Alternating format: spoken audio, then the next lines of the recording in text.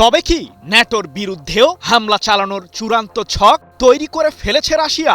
হঠাৎ কেন পশ্চিমা সামরিক জোটটির বিরুদ্ধে গর্জন দেখানোর পরিকল্পনা করছে মস্কো? সম্প্রতি রোমানিয়া, পোল্যান্ড এবং জার্মানির আকাশসীমায় ঢুকে পড়ে রাশিয়ার ছোড়া বেশ কয়েকটি আত্মঘাতী ও নজরদারি ড্রোন।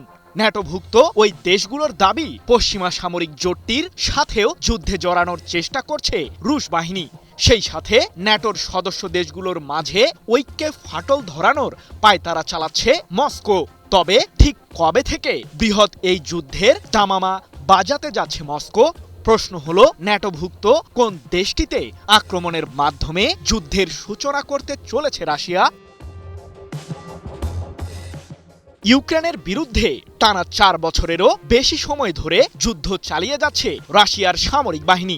তবুও এই যুদ্ধের ময়দানে শান্তি ফেরাতে পারছে না যুক্তরাষ্ট্র ও ইউরোপীয় অঞ্চলের নেতারা। সম্প্রতি ইউক্রেনের প্রেসিডেন্ট ভলোদিমির জেলেনস্কি কিছুটা হতাশার সুরেই জানিয়েছেন, এয়ার ডিফেন্স সিস্টেমের চরম সংকটে রয়েছে তার দেশ, যার কারণে রাশিয়ার ছোড়া আত্মঘাতী ড্রোন ও ব্যালিস্টিক মিসাইলগুলোকে প্রতিহত করতে পারছে না ইউক্রেন। জটিল এই পরিস্থিতির মাঝেই পশ্চিমাদের ঘুম হারাম করা তথ্য জানিয়েছে মার্কিন গোয়েন্দারা।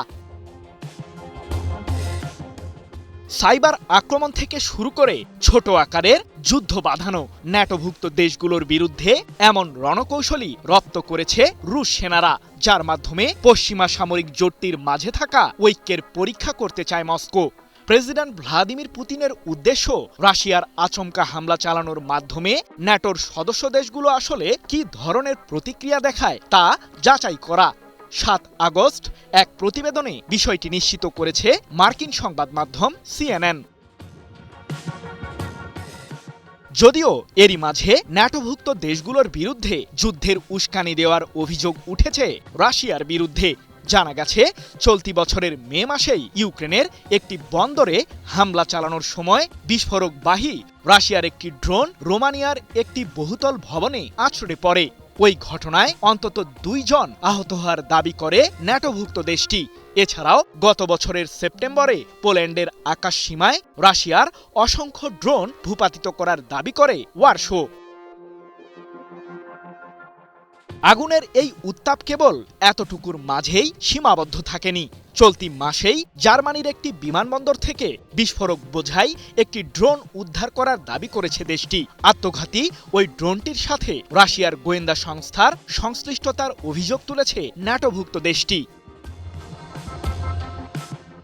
তবে কি ইউক্রেনের পাশাপাশি ন্যাটোর বিরুদ্ধেও পূর্ণাঙ্গ যুদ্ধের সূত্রপাত ঘটাবে রাশিয়া? আগামী কয়েক বছরের মধ্যেই ন্যাটোর যে কোনো দেশের বিরুদ্ধে সরাসরি হামলা চালানোর মাধ্যমেই পশ্চিমা সামরিক জোটটির বিরুদ্ধে পূর্ণাঙ্গ যুদ্ধের সূত্রপাত ঘটাবে রাশিয়া। বাল্টিক দেশ অথবা পোল্যান্ডকে লক্ষ্য করেই কোনো না কোনোভাবে যুদ্ধের ছড়ি ঘুরাবেন পুতিন, এমন চাঞ্চল্যকর তথ্যই জানিয়েছে মার্কিন গোয়েন্দারা। পশ্চিমাদের ধারণা, ইউক্রেন ইস্যুতে লক্ষ্য পূরণ না হলে ন্যাটোর বিরুদ্ধে এমন উত্তাপ ছড়ানোর পায়তারা চালাবে রুশ বাহিনী। প্রশ্ন হলো, রাশিয়ার আচমকা হামলা ঠেকাতে কতটা প্রস্তুত ন্যাটো?